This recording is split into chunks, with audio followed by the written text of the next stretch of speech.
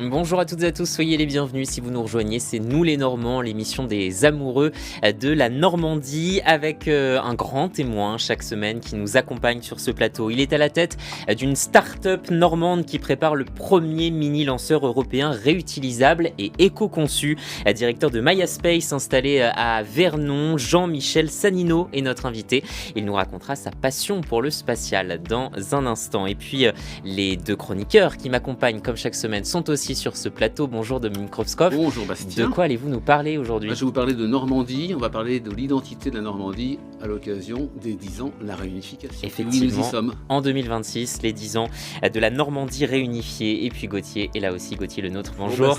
Une personnalité comme chaque semaine. Tout à fait, je me joins à mon collègue Dominique, puisque nous parlons des 10 ans. Moi je vais vous parler de la fondation de la Normandie avec Roland. C'est parfait, vous êtes raccord, c'est formidable. On y va, nous les Normands, c'est parti.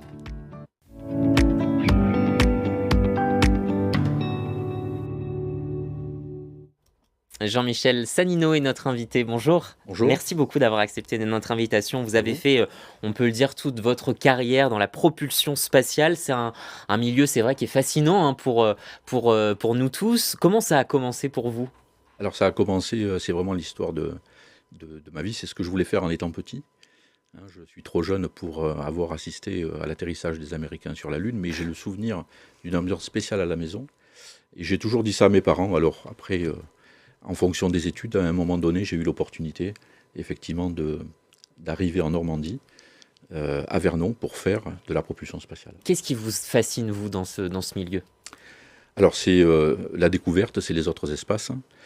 Et puis c'est un objet qui est magnifique. Une fusée qui décolle, c'est un objet qui est magnifique. C'est un objet qui décolle à la verticale. Il y a de la puissance. Ça nécessite la coopération d'énormément de gens. C'est vraiment un sujet qui est très passionnant. Alors j'imagine que dès qu'il y a des essais d'Ariane notamment, vous êtes au spectacle, vous regardez ça de très près ? C'est ça, on s'en lasse jamais. Les gens qui travaillent dans le métier vous le diront, on s'en lasse jamais.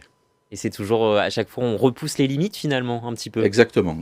Ce sont des engins qui sont très puissants. Il y a énormément de puissance. Le son est énorme, l'énergie dégagée est énorme. Et on cherche sans cesse à améliorer ces matériels pour qu'à un certain moment donné, ils soient intéressants commercialement aussi. Il faut faire des choix technologiques pour arriver à faire des choses qui soient commercialement intéressantes. Alors vous votre aventure, c'est celle de Maya Space. Comment ça a commencé ? Alors ça a commencé, c'est une belle aventure. J'ai été contacté par le vice-président aujourd'hui de Maya Space, Jérôme Villa, qui m'a indiqué qu'une société était en train d'être créée, justement pour faire du lanceur à la mode des startups, en pratiquant beaucoup l'apprentissage par l'expérience. C'est quelque chose qui m'a toujours passionné et j'ai pas longtemps hésité à dire oui.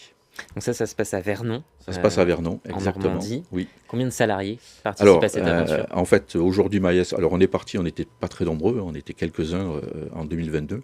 On est aujourd'hui 340 et sur Vernon, dans l'usine de production des premiers prototypes, on est une cinquantaine à peu près.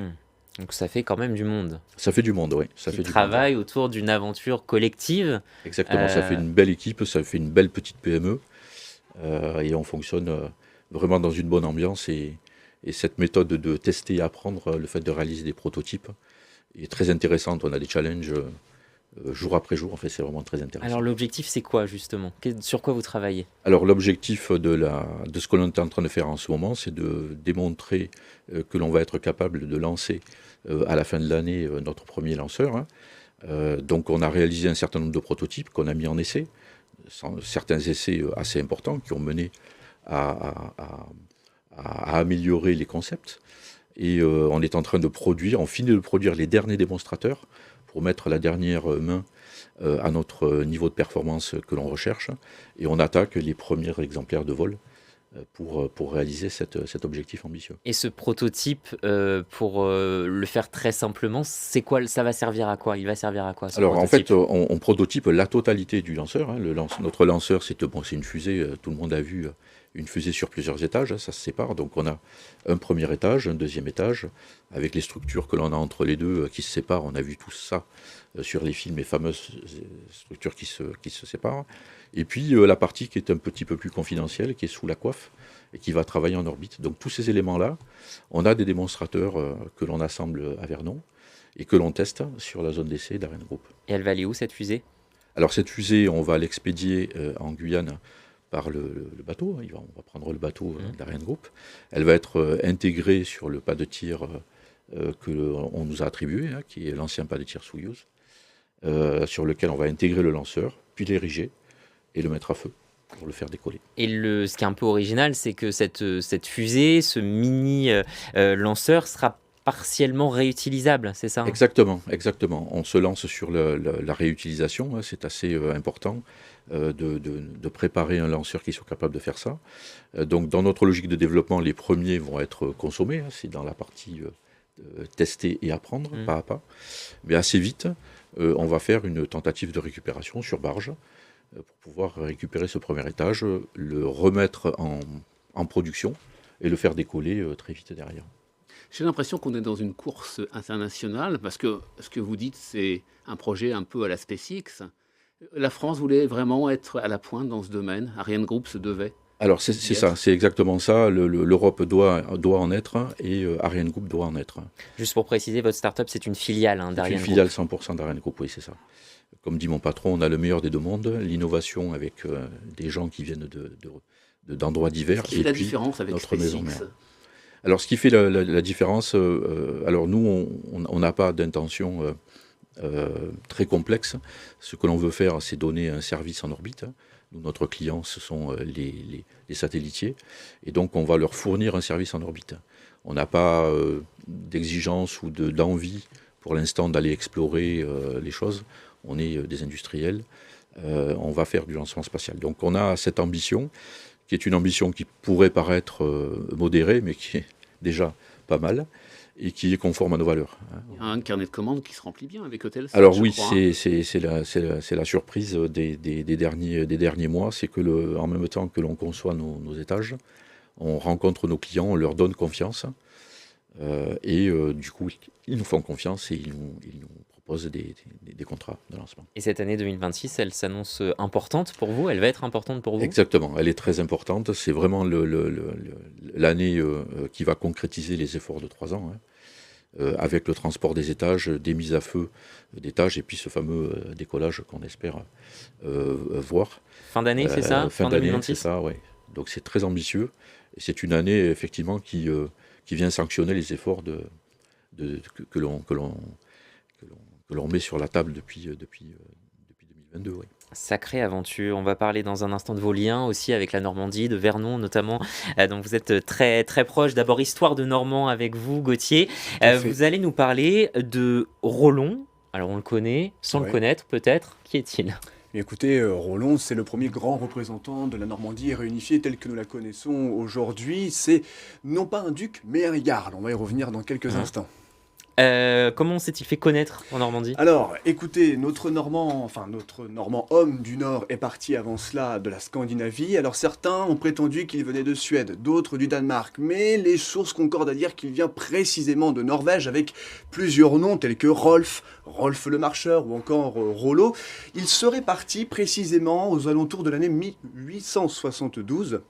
Année où Harald, belle chevelure, a été le premier roi de Norvège, où il y avait une forte pression démographique au sein même du royaume et que bon nombre de jeunes étaient contraints de partir, conquérir de nouvelles terres. Et c'est ainsi que notre Normand est arrivé en Normandie aux alentours de l'année 876, au travers de la Seine, quelques pillages, mais la véritable mention intervient lors du siège de Chartres. Nous sommes ici entre 885 et 886, c'est ce fameux siège de Chartres où le roi Charles III, dit le Gros, a été démis de ses fonctions au profit d'un autre roi, le comte Eudes, qui était le défenseur de Paris.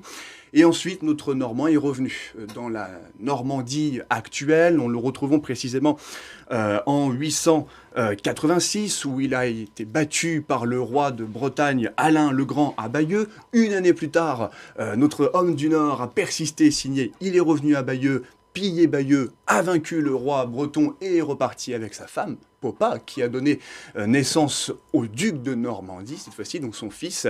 Et finalement, tout s'est joué en 911 avec la fondation de la Normandie. Et puis il y a eu ce traité, ce fameux traité de Saint-Clair-sur-Epte. Voilà, Saint-Clair-sur-Epte, 911, quelques mois après le siège de Chartres. Siège de Chartres qui a été en réalité le moment où les deux adversaires, le roi des Francs Charles le Simple avec ses proches, Robert de Neustrie par exemple, et Roland se sont rendus compte qu'à force de se battre, eh bien, les armées étaient mal préparées pour des sièges. Elles étaient épuisées, affamées, par conséquent il fallait trouver un terrain d'entente. Et c'est ainsi que Charles le Simple a proposé, via l'intercession de l'archevêque de Rouen, eh bien, d'organiser une rencontre avec Roland à Saint-Clair-sur-Epte pour sceller le sort des deux hommes. Et ainsi, le roi Charles le Simple a proposé à Roland de donner une terre, l'ancienne Haute-Normandie, avec le département de l'heure actuelle et le département de Seine-Maritime, une petite partie aussi du Calvados. Bref, on ne va pas rentrer dans les détails, en échange du fait que Roland devienne chrétien, un beau chrétien, et que surtout il arrête de faire en sorte que les hommes du Nord viennent piller son royaume, le royaume des Francs. Alors, il y a une petite légende pour terminer, une petite anecdote autour de ce traité de Saint-Clair-sur-Epte. Eh bien, c'est que il y avait une coutume à l'époque, c'est que le vassal ou nouveau vassal, aspirant vassal, devait mettre ses mains entre les mains du souverain et d'embrasser le pied. Quand on est Roland, quand on est un chef de guerre, estimé de tous, craint par les chroniqueurs francs, on ne dit pas oui si facilement que ça. Donc après quelques réflexions, ce n'était même pas prévu dans les accords, Roland a décidé que ce ne serait pas lui qui embrasserait le pied de Charles le Simple, mais l'un de ses proches. Et ce proche, imaginez, le viking solide, un grand gaillard, a pris le pied de Charles le Simple, l'a soulevé au point même que le roi a été renversé. Il a ri total, enfin rire généralisé, et l'a quand même fait. Le roi a voulu temporiser, nous sommes restés là, et c'est ainsi que la Normandie, le duché, est né en quelque sorte, non pas avec le titre de duc, mais de Jarl de Normandie, en français, comte de Normandie. Plongé dans l'histoire passionnante avec vous, Gauthier, merci beaucoup. La Normandie, on va en parler justement avec vous, Jean-Michel Sanino. Vous êtes arrivé dans la région à la fin de vos études, c'était en avril 1991. Et vous n'en êtes jamais reparti. Et j'en suis jamais reparti, effectivement. Je suis venu pour passer des entretiens et en fait, j'ai tout de suite appelé ma femme puisque j'étais arrivé en septembre de l'année d'avant, septembre 90, par un bel été indien, en gare de Vernon, avec... moi, je viens de Provence, donc la couleur automnale des forêts, c'est très surprenant. Un beau soleil, la vallée de Seine, j'ai dit c'est merveilleux, on va y rester quelques années. Voilà. Et le quelques années, en fait, s'est transformé en beaucoup, puisqu'on n'en est jamais parti. Et vous avez finalement beaucoup gravité, toujours autour de Vernon, ça reste votre zone, entre guillemets? C'est ça, c'est ça. Alors, comme tout le monde, on a fini par aller en bord de mer et aller voir les stations balnéaires, qui sont très, très agréables, et découvrir une gastronomie locale. Mais c'est vrai que, sur le moment, on est un petit peu resté sur place, parce qu'il y a effectivement énormément de choses. Et peut-être que la première des découvertes, ça a été le fameux Château Gaillard, alors. Quand on s'y intéresse un tout petit peu, on voit effectivement un certain nombre de choses. Et ça nous a permis petit à petit, ma femme et moi, de nous faire cette petite idée. C'est un lieu qui vous inspire d'ailleurs, ce Château Gaillard. Oui, pourquoi? Oui. Alors, parce que c'est à la fois le désespoir et à la fois la construction. Enfin, c'est un endroit où il y a eu effectivement des drames absolus. À la reprise du château... j'avais entendu dire que les civils avaient été évacués du château et se sont retrouvés entre les belligérants et les enceintes. Donc à la fois c'est des moments dramatiques, mais quand on le regarde après l'histoire, c'est des moments fondateurs. C'est là où je crois, enfin je parle sous votre contrôle, où Philippe Auguste a arraché cette place forte aux Anglais et où c'est devenu en quelque sorte la France. Donc c'est toujours intéressant de rencontrer un pays par ces tragédies qui deviennent quelque chose de fondateur. Aujourd'hui, c'est plutôt tranquille, le Château Gaillard.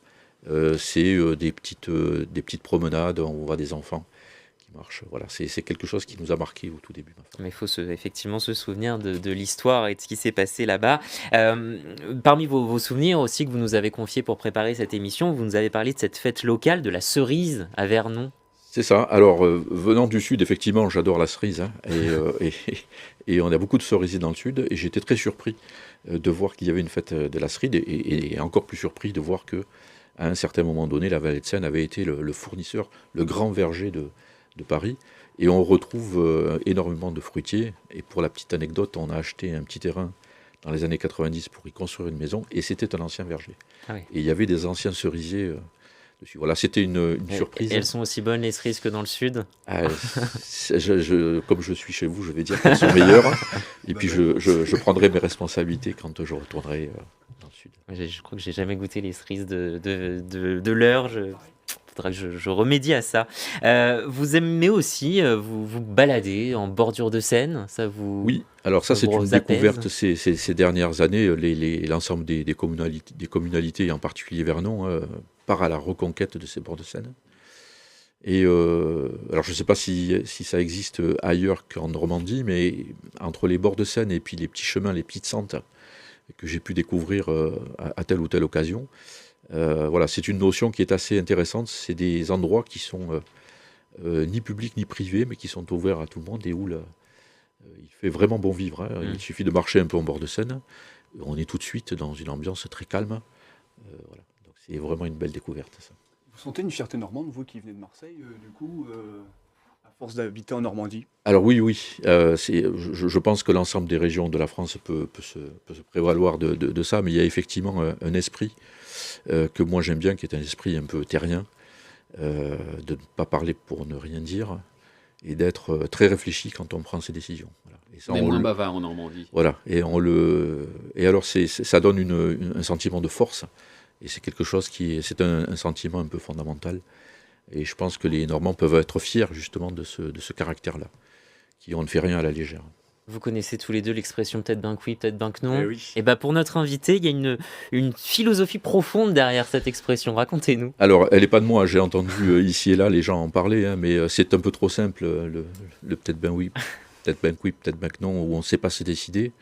Et je crois comprendre, et j'en ai eu confirmation par des discussions, que ça vient justement du fait de dire laissez-moi peser le pour et le contre, et quand je me serai fait mon avis, je vous le donnerai.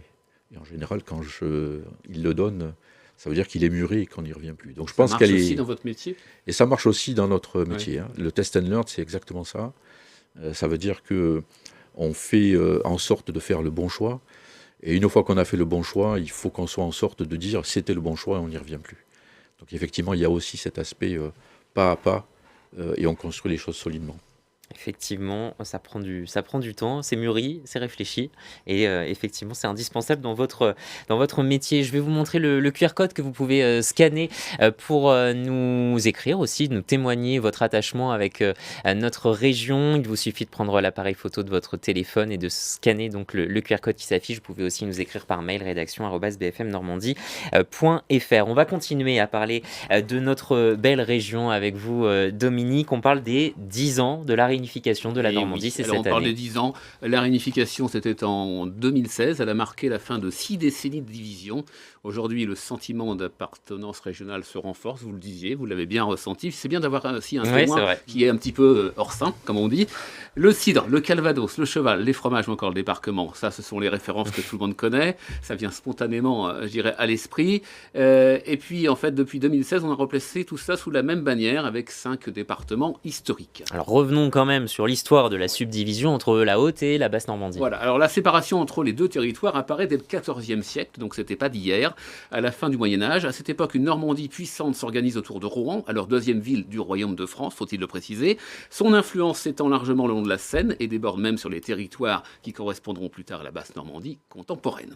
En 56, et puis définitivement en 82, avec la loi de décentralisation de fer, cette division historique se cristallise administrativement en deux régions distinctes, et donc il aura fallu attendre 2016 pour connaître la réunification. C'était pas toujours gagné d'avance.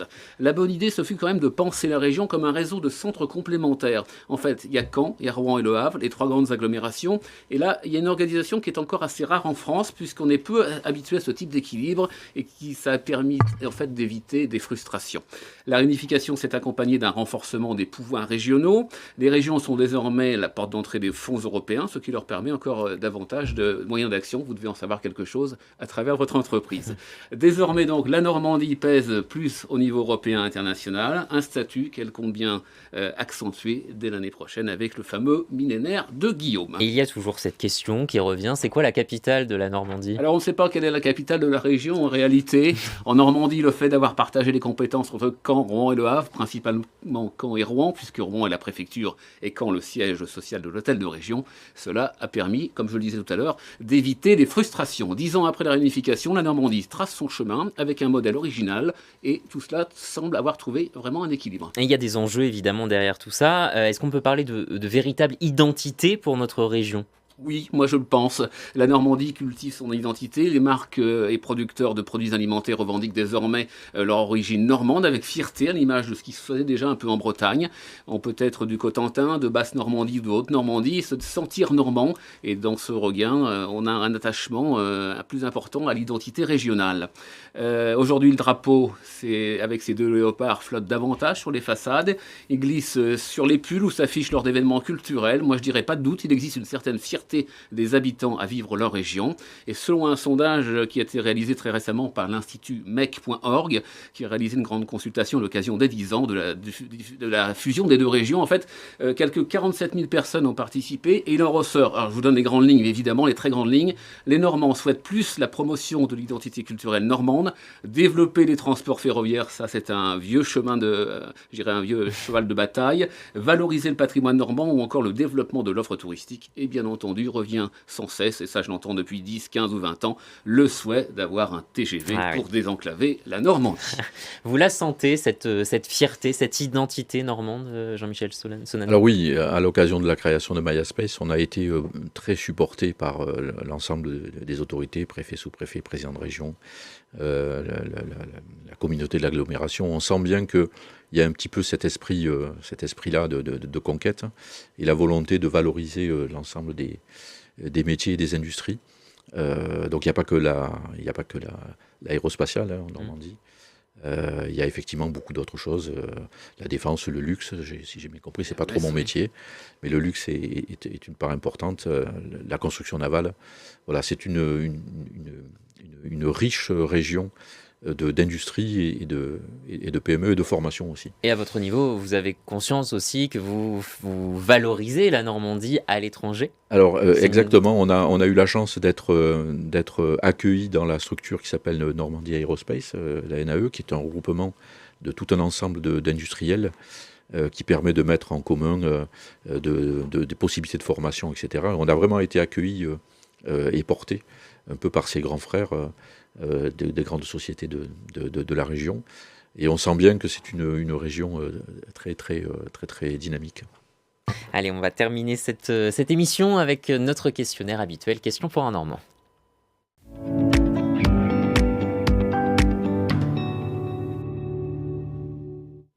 Allez, j'ai 10 questions pour vous avec des réponses plus ou moins courtes. Vous préférez les moules de Barfleur ou les coquilles Saint-Jacques de Port-en-Bessin?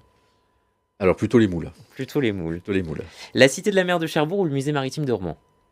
La Cité de la Mer de Cherbourg. C'est un lieu que vous allez qu'on a visité, oui, et qui nous a vraiment ravis. La baie du Mont-Saint-Michel ou l'estuaire de la Seine?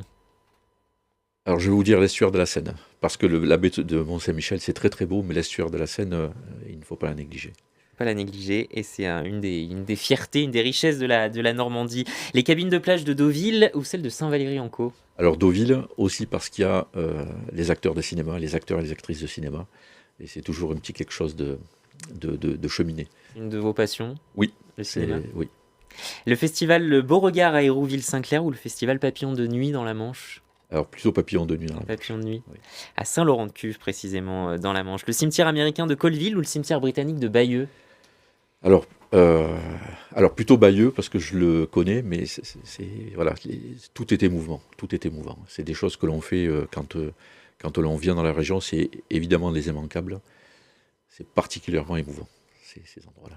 Et on parlait effectivement d'histoire, de richesse, et ça en fait partie. Notre passé, une balade en canoë dans la Suisse normande ou dans la vallée de la Seine? Qu'est-ce que vous préférez? Vallée de la Seine. Vallée de la Seine. Vallée de la Seine. Je suis peut-être un peu trop centré, mais effectivement, la vallée de la Seine. Un feu d'artifice à Honfleur ou à Trouville-sur-Mer? Honfleur. Honfleur, oui. Ça a son charme. Ça a son charme, c'est une très belle ville. L'accent du Pays d'Auge ou celui du Pays de Caux? Plutôt Pays d'Auge. Pays d'Auge. Et puis une journée shopping à Rouen ou à Caen? À Caen. Ouais. À Caen. Rouen est une très belle ville, mais j'ai découvert Caen pour des raisons professionnelles. Euh, et j'ai j'ai eu un petit coup de foudre pour Caen, mais Rouen est une très belle ville aussi, hein.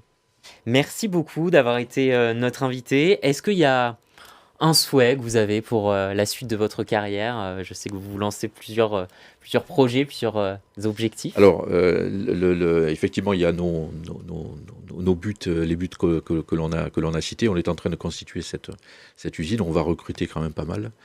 Et le souhait que je fais, c'est effectivement que cette usine soit une réussite et qu'elle permette à beaucoup de gens de partager cette passion. Voilà, ça c'est pour la partie professionnelle. Et puis après, on verra ce que la vie fait de moi. Je me laisse porter. Oui. Et depuis le début, j'ai de bonnes opportunités. Donc voilà, que ce soit une réussite pour l'ensemble des gens que l'on a recrutés et qui partagent cette passion. Dans votre équipe, il y a beaucoup de locaux. Énormément. Oui. Énormément de locaux, tout niveau d'études. Et puis, on a essayé d'être un petit peu vertueux en accueillant dès le début des apprentis, apprentis Bac Pro, apprentis BTS.